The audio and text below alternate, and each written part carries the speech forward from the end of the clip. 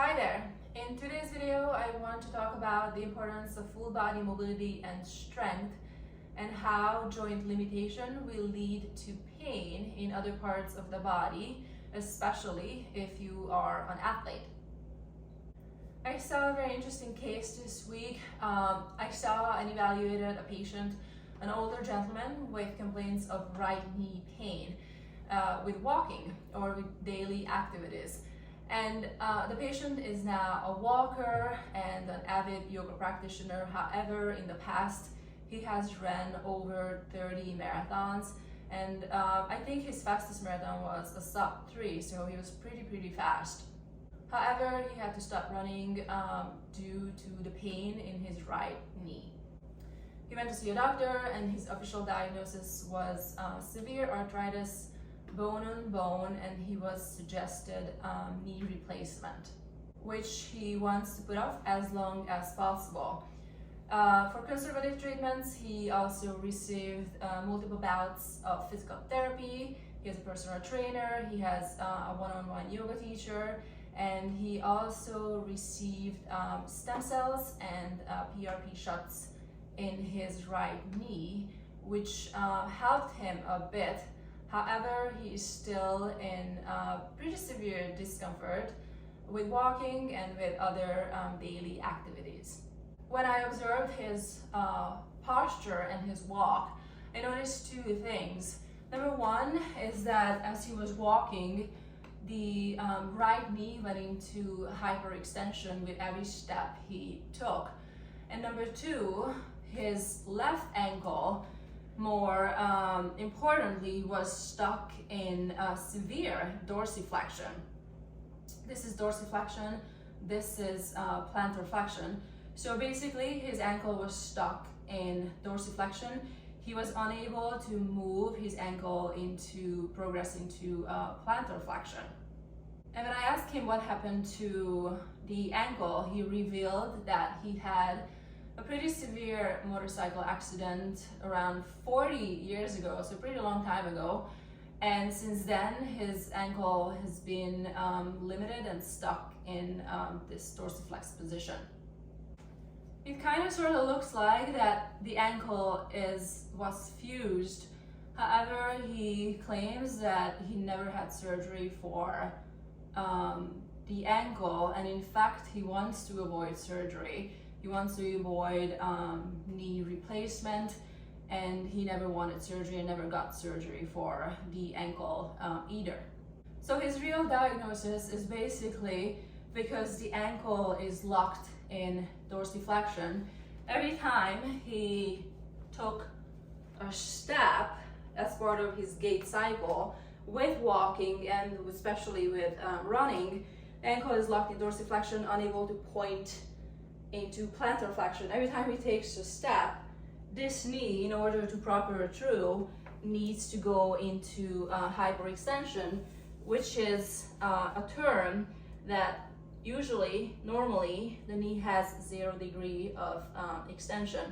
Hyperextension is when the knee goes beyond this 0 degree. So imagine the ankle stuck, dorsiflexed. You take a step, I cannot even do it, but the knee would need to buckle back, which over time with walking and with running leads to lax ligaments, loss of cartilage, bone on bone, and therefore the severe pain and arthritis in the right knee. As I said, he received multiple bouts of PT, manual therapy to trying to improve this stuck ankle. He also received multiple bouts of PRP in the knee.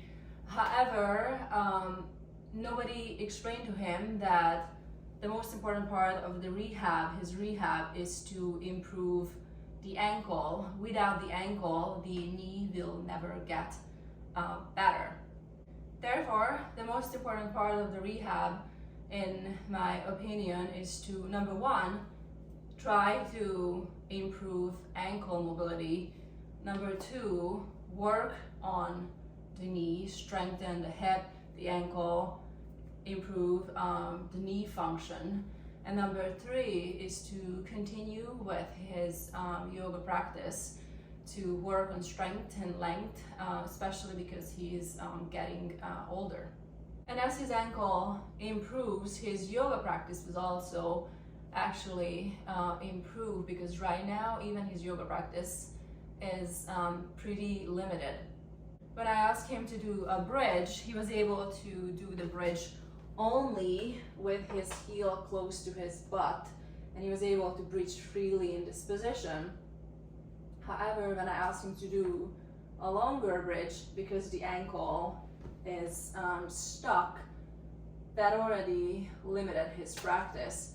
So you can imagine how limited his practice and his life really is. Honestly, in my opinion, both the knee and the ankle is so severely damaged that, in my opinion, he's a good candidate for replacement. So he just doesn't want it yet, so we need to work with what we have and try to improve what we can.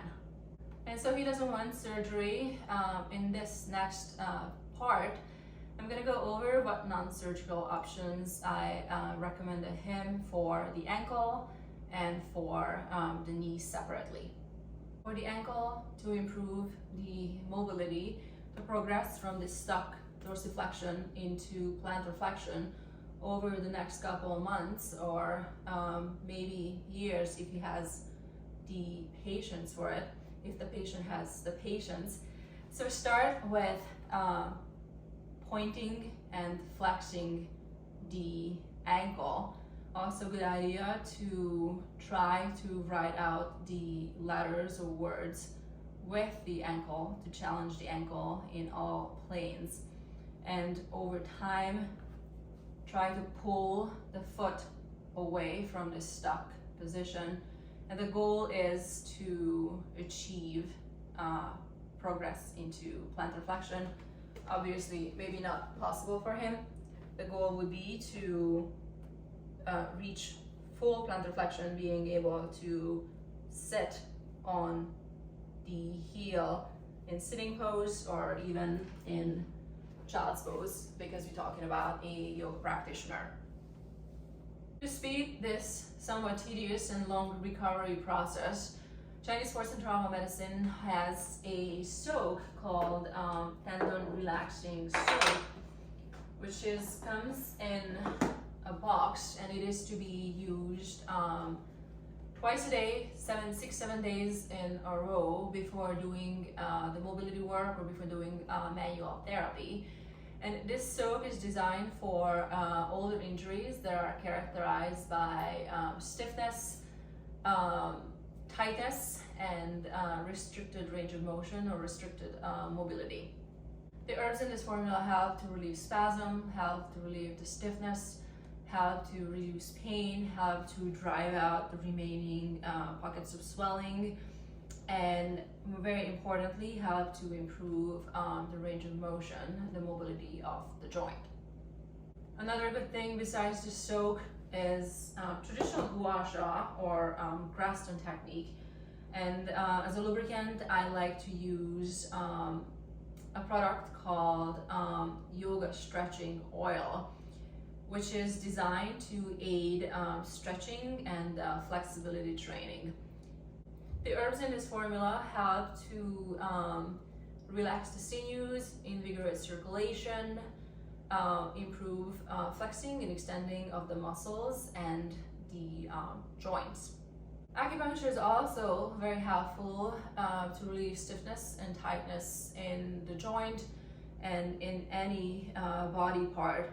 By needling directly into the affected tissue, the needle creates a microtrauma, which brings the blood, the healing cells of inflammation, clean out the waste products in the area, and over time, as part of the healing, it lays collagen into the affected tissue, into the needle tissue, which over time will allow this tissue to become more flexible, more pliable, and more mobile. Obviously, please don't needle your own body. If you want acupuncture, please seek help from a licensed practitioner. Just to be clear, start with the soak, gua sha, acupuncture, and then progress into the manual therapy and the mobility work. And so for the knee, again, the knee will not get better till the ankle has improved, as plantar flexion is an important part of the gait cycle. Sinew bone poultice is a great poultice for overstretched and lax ligaments. Unfortunately, this hyperextended knee will not benefit from a poultice. I'm just mentioning it for milder cases. The herbs in this formula have an astringent effect that help to tighten overstretch and lax ligaments for milder lax injuries. Warming soak is a soak that I recommended him for pain, to relieve pain from the arthritis. It is made similarly as the tendon relaxing soak and can be used for 6-7 days in a row. And in order to use it, it's easy to use the soak for body parts that you can submerge into a large pot, for example, your ankle. When it comes to the knee or low back or body parts that you can't soak in a pot, you put a towel in the soak, you bring it out, and then you place it on the affected body part, in this case the knee. And because it cools off pretty quickly, a bit annoying and a bit tedious, but then you just swap it and use 2 or 3 towels at a time. Use it for 15-20 minutes and it provides a great effect of pain relief. The knee too would benefit from acupuncture. Again, do not needle yourself, seek help from a licensed acupuncturist. For the knee, unfortunately, the needles won't go deep enough to affect the knee. It will not build the cartilage back. I wish that was the case, but it's not.